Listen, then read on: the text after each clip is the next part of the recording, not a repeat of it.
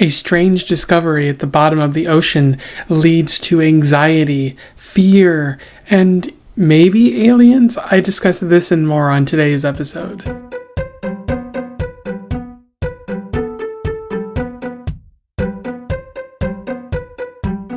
Welcome back to Around the Weird, a booktube channel where I talk about all the unusual and out of the ordinary literature that I found in my travels.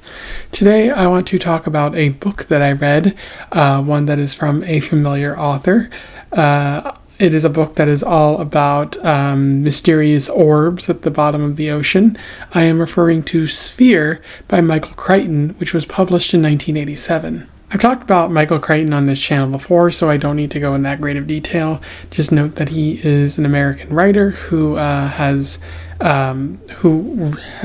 since the 60s. He wrote books, a number of them, including Jurassic Park, as well as screenplays, including Jurassic Park, which was something he adapted, which probably explains why it maintains such good symmetry with the book.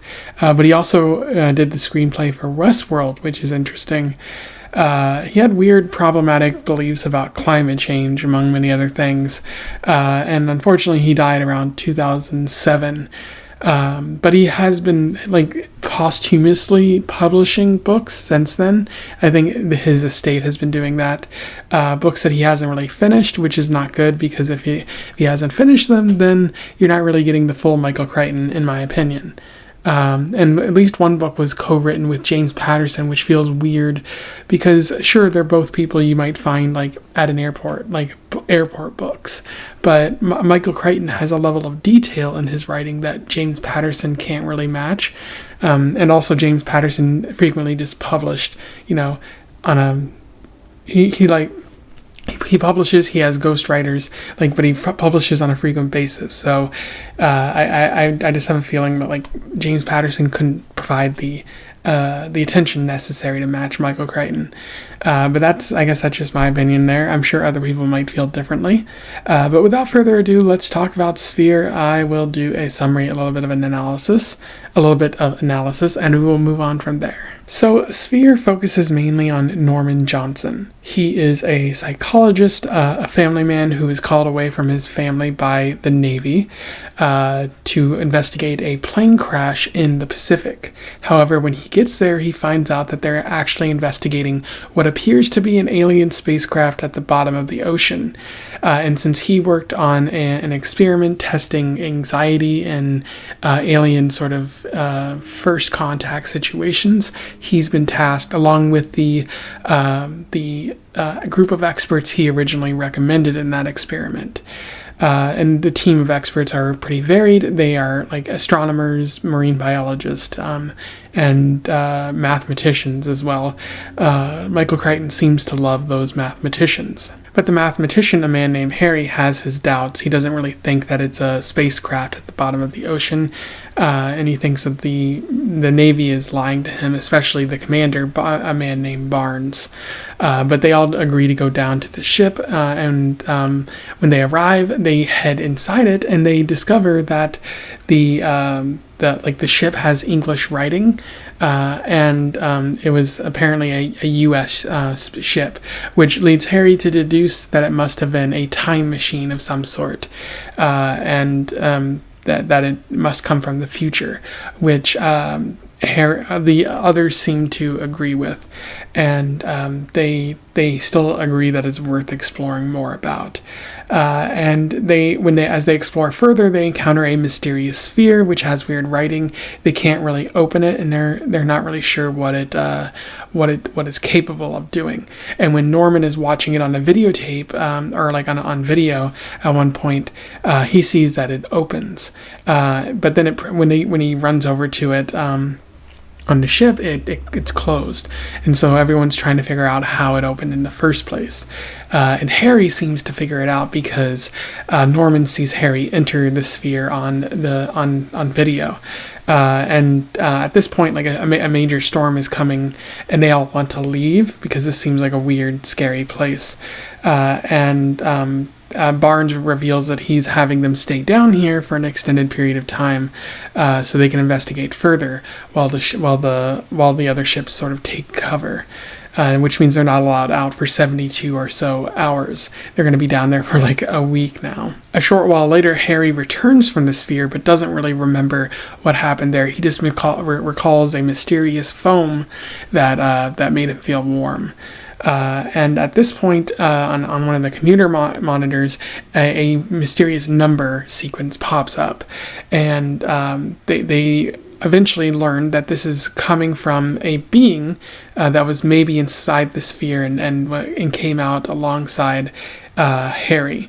And as they talk to it further, they get it to speak English, and it reveals its name to be Jerry, which is just the name of the creature that they decide to use, which is a bit silly. Jerry seems to have a childlike understanding of the world, and begins attacking the habitat that they're in, which they try to convince Jerry is bad, but Jerry insists on doing it, leading them to speculate that maybe Jerry is a different form. Rather than like human form, he's just a different type of being and can't really comprehend what he's doing to maybe these lesser life forms. The commander, Barnes, goes missing at one point, presumed dead, and the crew begins to die at this point. A giant squid that is seemingly manifested by Jerry appears and kills a lot of the crew, and the people who are left are Beth, the marine biologist, Norman, and Harry.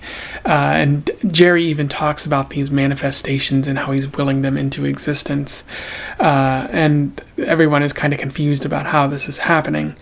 But as figured out by Norman and Beth, they kind of realize that Harry is the creature, that when he entered the sphere, it activated a power within him, and like it's sort of latched onto his shadow self, and he's imagining these things into existence. Especially they figured out because he has an abject fear of squid from like 20,000 Leagues Under the Sea. And they managed to like put Harry into like a little bit of a coma, and then they try to figure out how they're gonna get out. Which the storm is almost over, so they're able to do that. But at this point, Beth and Norman turn on one another. Beth insists that Norman like entered into the sphere at one point and is also a danger because the squid showed back up, and Norman finds a video where Beth has entered into the sphere, and Beth didn't want him to watch that video, and she begins to try to like kill him, trapping him in a room and taking away the oxygen. But Norman manages to escape, enters into the sphere, talks with this mysterious foam creature, and then develops a similar power, which he then uses to accidentally activate the bombs Beth has planted and try to escape with the submarine. But he realizes that it would be wrong to do so, and he goes back for both Harry and Beth. At this point, the habitat is blown up, but they manage to escape the explosion, and they are rescued by the Navy. They are then put in a tank where they can sort of get back to the regular levels of oxygen. I'll think of the term eventually, but they talk amongst themselves, and they realize it would be wrong to tell the Navy about this, and it might even create a time paradox if the Navy were to get their hands on this equipment, or learn about time travel before the time comes. And so they all choose to use their power to sort of forget about Jerry, forget about the sphere, and they all seem, in fact, to do that. Norman doesn't have that memory anymore, and they all believe that it was just a tragic accident. But as the story comes to a close, it seems like maybe one of them, maybe Beth in particular, has chosen to hold on to this power that they have, and who knows what is going to happen from there. In terms of analysis, there is quite a bit worth talking about with Sphere. It's a very interesting Michael Crichton story. I do think it's probably the second or third best. I personally really love Timeline, and Jurassic Park is definitely a really good story. But this is a good third. I think it goes this one, and then The Lost World, which I don't really like, and then Prey, which I'm not a big fan of at all, unfortunately. And you can refer to my video on that in order to find out why. But one of the themes that Michael Crichton is working with in this story is that of encountering the unknown, specifically what happens, what feelings might be dealt there, and whether you can truly understand the unknown. So Crichton asks, what would happen if you encountered aliens, or in this case, future beings, a future technology in particular, something that you didn't have in the present moment, and you were trying to get a better understanding of as as time goes on. Everything about the sphere is mysterious. They can't really understand it. Any attempts to try to understand it sort of don't fit in with their understanding of how technology should work, and they kind of have to play a superstitious guessing game about it. Just trial and error and seeing what really works. At least that's how Harry is able to get into the sphere, and that is also what Beth does when she goes back and watches videotapes to see why it opened in the first place. So a lot of questions about the unknown in this story. Allow me to read you an interesting quote from this. The pattern was arresting, though Norman could not immediately say why. The pattern wasn't geometric, and it wasn't amorphous or organic, either. It was hard to say what it was. Norman had never seen anything like it, and as he continued to look at it, he felt increasingly certain this was a pattern never found on Earth, never created by any man, never conceived by a human imagination. And that's an interesting quote from this, just highlighting the wonder, how it's instilled a wonder in Norman as well as the other experts in the Navy as well. They can't really get a beat on it. And as the story progresses, you see it's instilling more than wonder. It instills dread. It instills a growing anxiety. Once Harry exits the sphere, he's like, we got to get out of here. This does not feel good. Something bad is going to happen. And even the others are kind of wanting to leave before Barnes is like, oh, we have to stay down here. He creates a fake reason and prevents him from getting back to the surface before the storm hits. And so, like, there's this anxiety. These people who think they have an understanding of the way that the world works find out that they don't, and a panic ensues. And it even leads to these three people, Harry, Norman, and Beth, when they're the only ones left alive, turning on one another. And so, even though these people should be cool and calm, like they have an understanding of group dynamics, they have an understanding of science. Like this is far beyond their understanding, and their only reaction is to panic when it seems like things are dire, when there's no real hope, or when they just think it's going to overcome them in this all powerful sphere, when this all powerful Jerry is going to hurt them. And I think what Michael Crichton is asking is, like, is there even a point in trying to understand?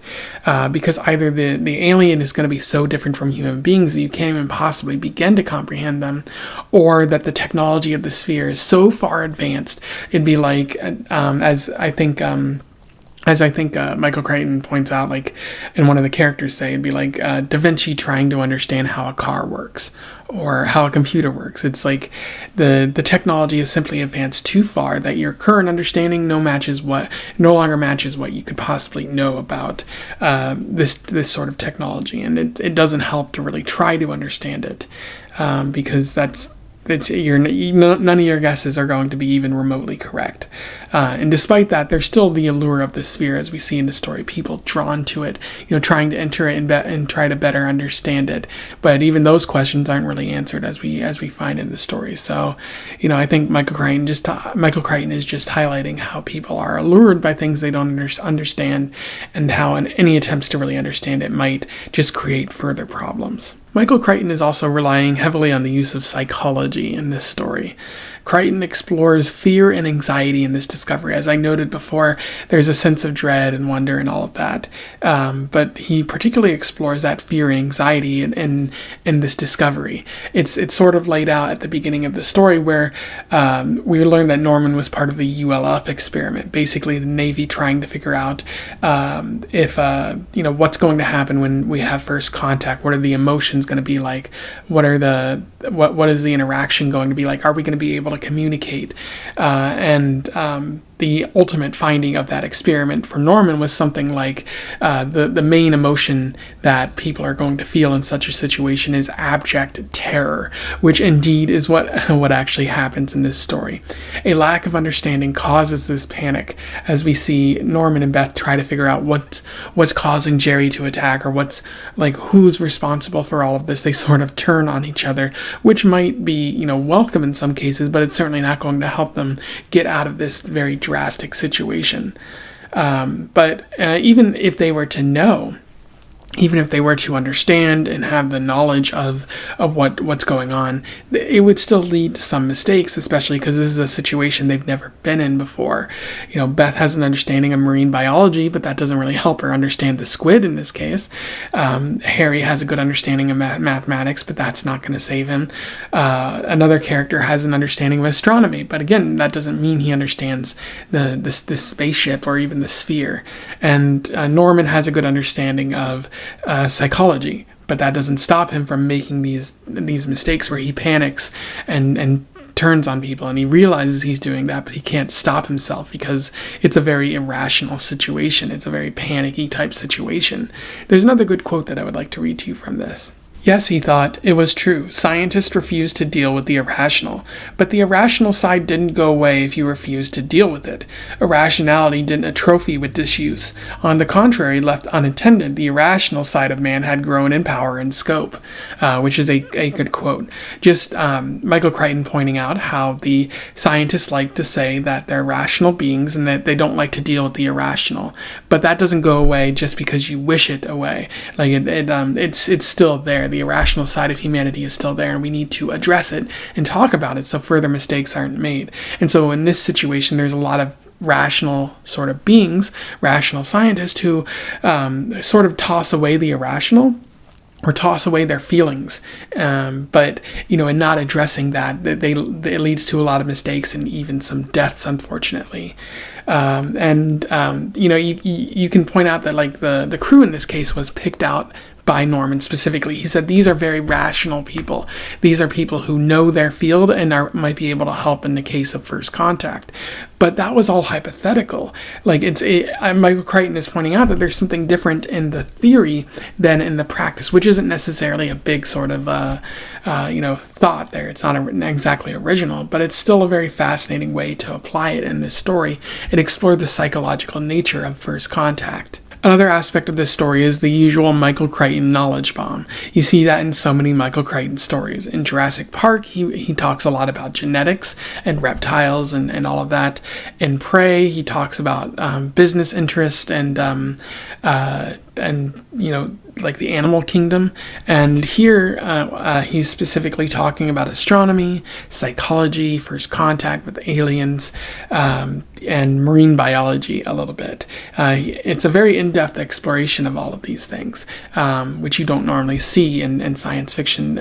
Sometimes it's there, but really good science fiction, like you might find by Michael Crichton, goes a little bit overboard, which is both good and bad. It helps it stand out. It makes reading every Michael Crichton story fresh, even if I think the plot doesn't always hold up in his stories.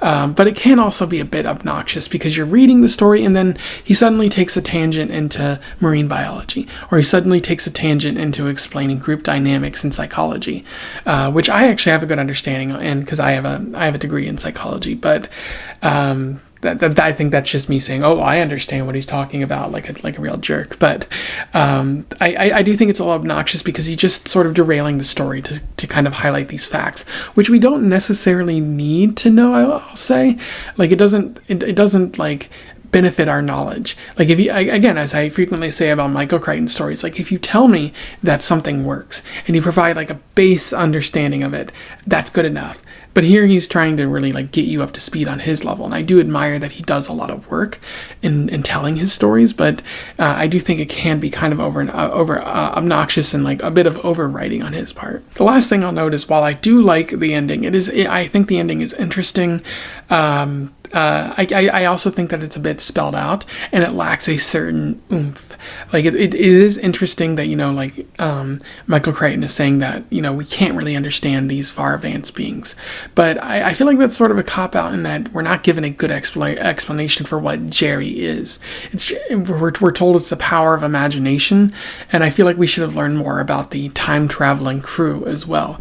That would have been an interesting way to sort of better understand this story, but Michael Crichton is more focused on the psychology than anything else, and I think the ending where one of the team members might choose not to forget about the power is interesting, but given that they forget about it and we don't really learn a lot, it feels like nothing was really gained from this story overall. It's an interesting story, but it feels like we're just regressing back to the beginning, a sort of status quo.